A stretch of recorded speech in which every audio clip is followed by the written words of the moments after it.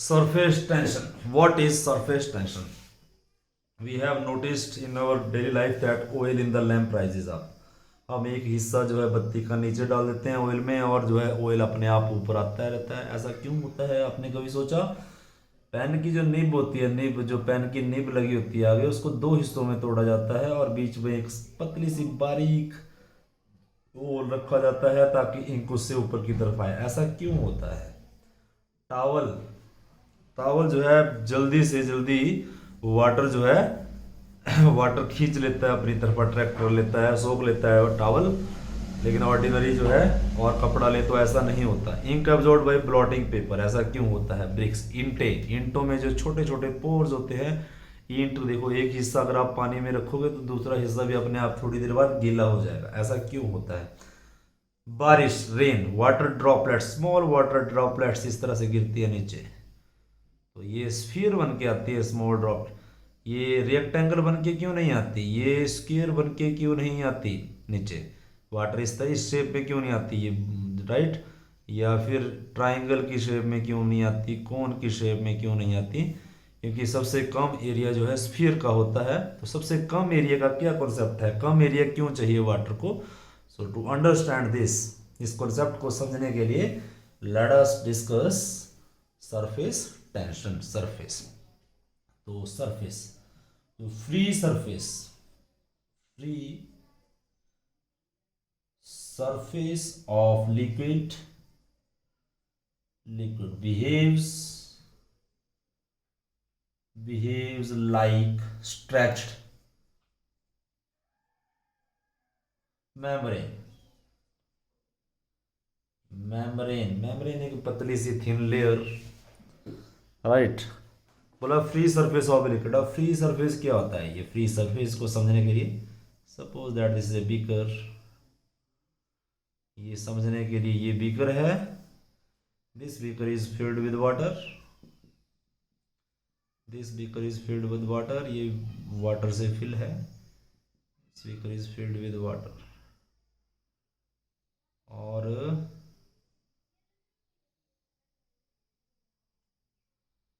ये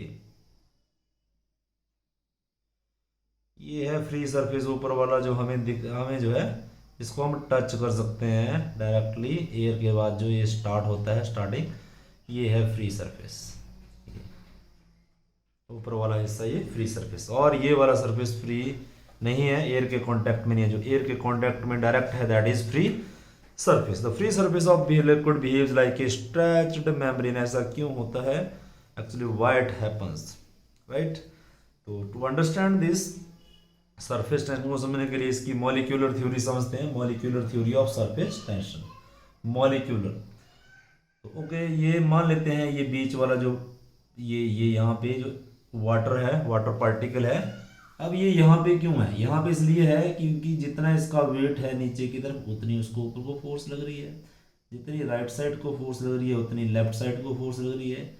जितनी अलोंग इस साइड लग रही है उतनी अलोंग इस साइड लग रही है। जितनी फोर्स इधर लग रही है जितनी उतनी इधर लग रही है। It is equally attracted in all the direction. और ये जहाँ तक ये अट्रैक्ट करे इसको दूसरा मॉलिक्यूल वाटर का, उसको बोलते हैं रेंज।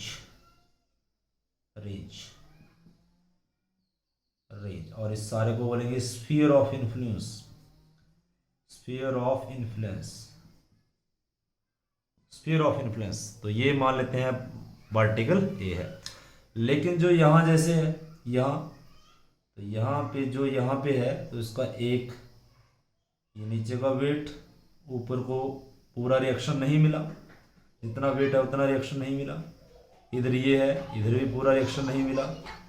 इधर ये है, इधर भी पूरा रिएक्शन नहीं मिला। तो ये कुछ ऐसे बना, इसका थोड़ा सा पार्ट कट रहा है। इसका नीचे वाली फोर्सेस ज़्यादा है, नीचे वाले वेक्टर का मैग्नीट्यूड ज़्यादा है, तो ये नीचे को ज़्यादा रहेगा। नीचे को ज़्यादा क्यों रहेगा ये? अब ये वाला तो स्टेबल है, इसका इस अभी इक्वली अट्रैक्टेड है, तो इसके साथ ये कैंसिल हो गया, इसके साथ ये एंगल, तो इसको मैं बोलूँगा पोटेंशियल एनर्जी लो। इसकी पोटेंशियल एनर्जी लो है। अब इसकी पोटेंशियल एनर्जी लो है तो हाई स्टेबिलिटी, हाई स्टेबिलिटी, इन पॉइंट्स को नोट कर लें, इंपॉर्टेंट पॉइंट है। हाई स्टेबिलिटी तभी होती है, इस यूनिवर्स का लॉ है ये, anything having high stability need to have low potential energy. लेकिन अब ये पोटेंशियल एनर्जी अभी नीचे को खींच रहा है, स्ट्रेन बढ़ गया इसमें, इसमें कोई स्ट्रेन नहीं है, जीरो है, अभी नीचे को खींच रहा है, इसमें जो है पोटेंशियल एनर्जी इसका बढ़ गया, इसकी अनस्टेबिलिटी है। लेकिन जो टोटल ही जो यहाँ पे है, यहाँ पे तो इसका स्फीयर ऑफ इन्फ्लुएंस तो ऐसे बनेगा, ये ऐसे, ये तो आधा कट गया, तो इसका मतलब ये नीचे की तरफ ये और ये सरफेस पे बना ये वेक्टर, ये सरफेस वाला मॉलिक्यूल इधर से भी स्ट्रेच्ड है इस वेक्टर के कारण और इस साइड से भी स्ट्रेच्ड है, और दोनों साइड से ये स्ट्रेच्ड है, राइट। तो इसको इट इज ऑलवेज स्ट्रेच्ड। और ये सरफेस के जितने भी मॉलिक्यूल हैं ये सारे के सारे, तो ये ऊपर के वाले हिस्से से तो ऐसे स्ट्रेच्ड है, ये ऐसे हैं, ये इस तरह से स्ट्रेच्ड है, they are stretched like this, they are stretched along both direction. तो जो खिंचाव है, the free surface of a liquid behaves like stretched membrane, ये फ्री सरफेस है, it behaves like stretched membrane, stretch है ये फ्री वाला पार्ट, ये खिंचा हुआ है दोनों साइड से, ये फोर्स लग रही है, इसको सरफेस टेंशन बोलते हैं। तो ये दोनों जो फोर्स लग रही है दोनों साइड, सरफेस टेंशन का जो है डेफिनेशन है, surface tension is equal to, ये मैंने इमेजिनरी लाइन ड्रॉ की, ठीक है। तो सरफेस टेंशन होता है force on free surface, force on particles, force on particles of free surface, of free surface of liquid, free surface divide by कहाँ कहाँ लगी फोर्स, जितनी ये लेंथ है इस लाइन की लेंथ है, length of imaginary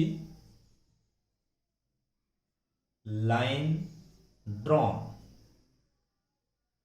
imaginary line drawn. तो फोर्स को मैं F, force vector, force is a force, और लेंथ इसकी एल मान लेते हैं।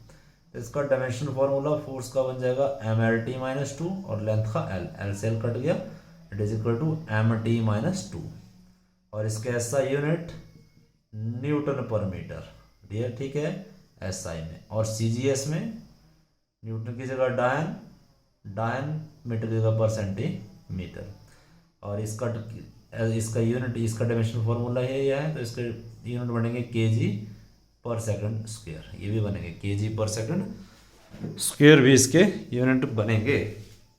तो इसको बोलते हैं surface tension, surface tension. Free जो सरफेस है, अब मॉलिक्यूल सरफेस पे रहना ही नहीं चाहता, क्योंकि उसकी पोटेंशियल एनर्जी यहाँ पे क्या है, हाई पोटेंशियल एनर्जी,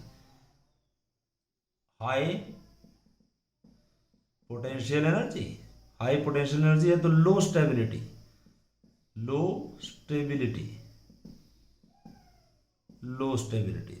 राइट। तो free surface of a liquid behaves like a stretched membrane, right. And दूसरी बात मैं इंपॉर्टेंट लाइन लिखूंगा सर पे, the particles of liquid, liquid tend to liquid on surface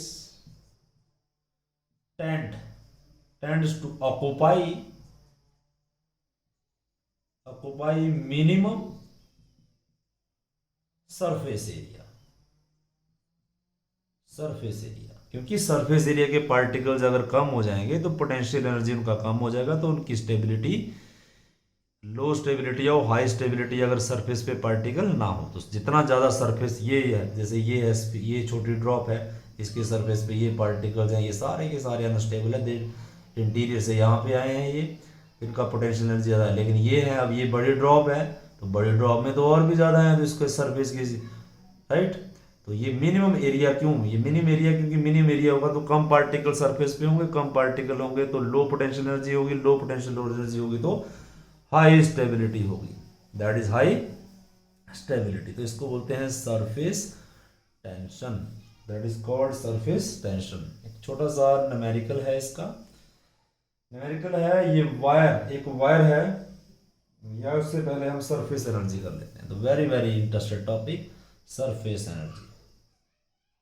surface energy, what is surface energy? Suppose that we have a wire, rectangular frame, ये wire है, rectangular frame बना लिया हमने इस वायर का। हमारे पास एक वायर है, उसका क्या बना लिया? Rectangular frame, right. और ये उसका विड्थ जो है ये एल है वायर का हमने, और इसको सोप सॉल्यूशन में डिप कर दिया, साबुन के सॉल्यूशन में इसको डिप कर दिया। एक वायर का टुकड़ा और है, वो ये रखा मैंने, ये है वायर का टुकड़ा और फ्री है, ए बी।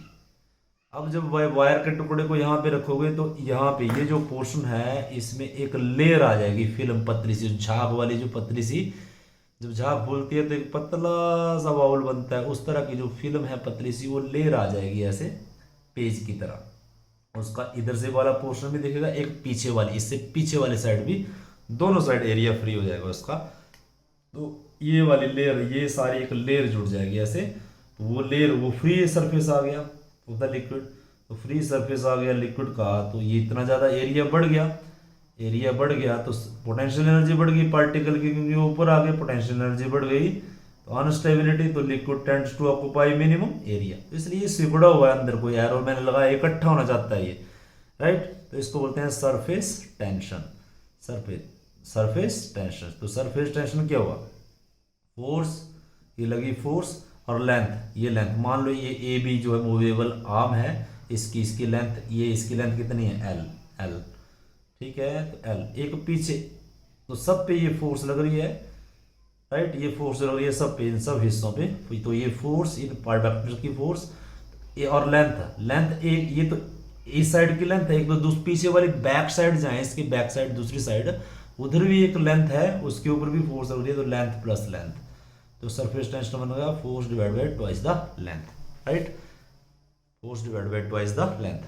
अब अगर मुझे ये इतना सा सरफेस एरिया है, राइट, ये लेंथ और ये वाली लेंथ डिस्टेंस में मल्टीप्लाई कर दूं तो सरफेस एरिया आ जाएगा। तो अगर मुझे सरफेस एरिया इंक्रीज करना और पार्टिकल सरफेस पे लाने हो तो मुझे इस साइड फोर्स लगानी पड़ेगी, इस साइड मुझे फोर्स लगाने पर, मान लो इस साइड आपने फोर्स लगाई और ये थोड़ा सा स्मॉल जो है ये इसकी इधर अट्रैक्ट, इधर जो है बैक कर दिया आपने, एक्स डिस्टेंस से इसको डिस्प्लेस कर दिया ए बी मूवेबल आर्म को। तो ये नई पोजीशन आ गई इसकी, नई जो न्यू पोजीशन है ए डैश बी डैश, ये वाली लेंथ एल, तो ये वाली एक्स। तो एरिया कितना इंक्रीज हुआ? इंक्रीज हुआ इतना, एल इंटू एक्स, राइट। तो सरफेस एनर्जी क्या होती है? सरफेस एनर्जी का फॉर्मूला है, सरफेस एनर्जी का जो फॉर्मूला है, सरफेस एनर्जी, सरफेस एनर्जी, ये हो गया वर्क डन,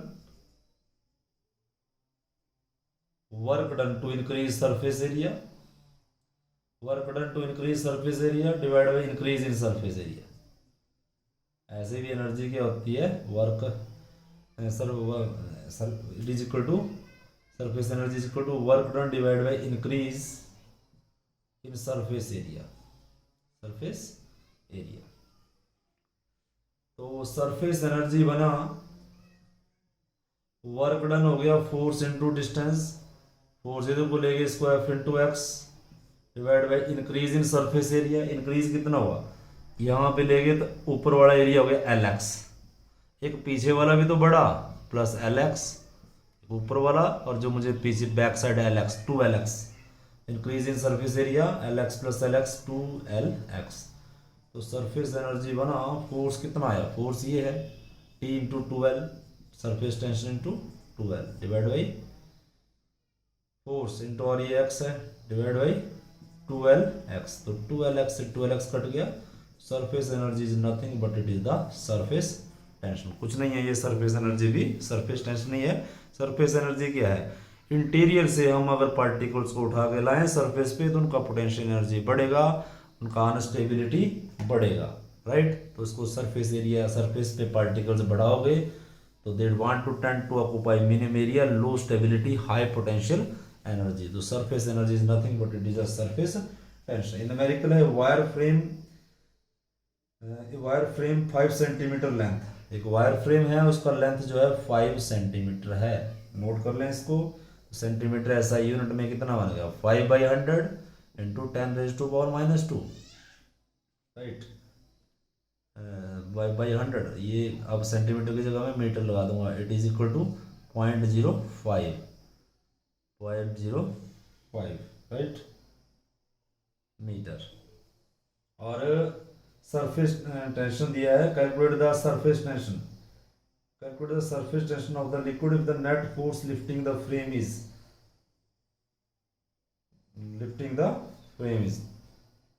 तो सरफेस टेंशन आपको निकालना है, और फ्रेम को जो खींचा दैट उसके ऊपर फोर्स कितनी लगी, that is equal to 7.5 into 10⁻²।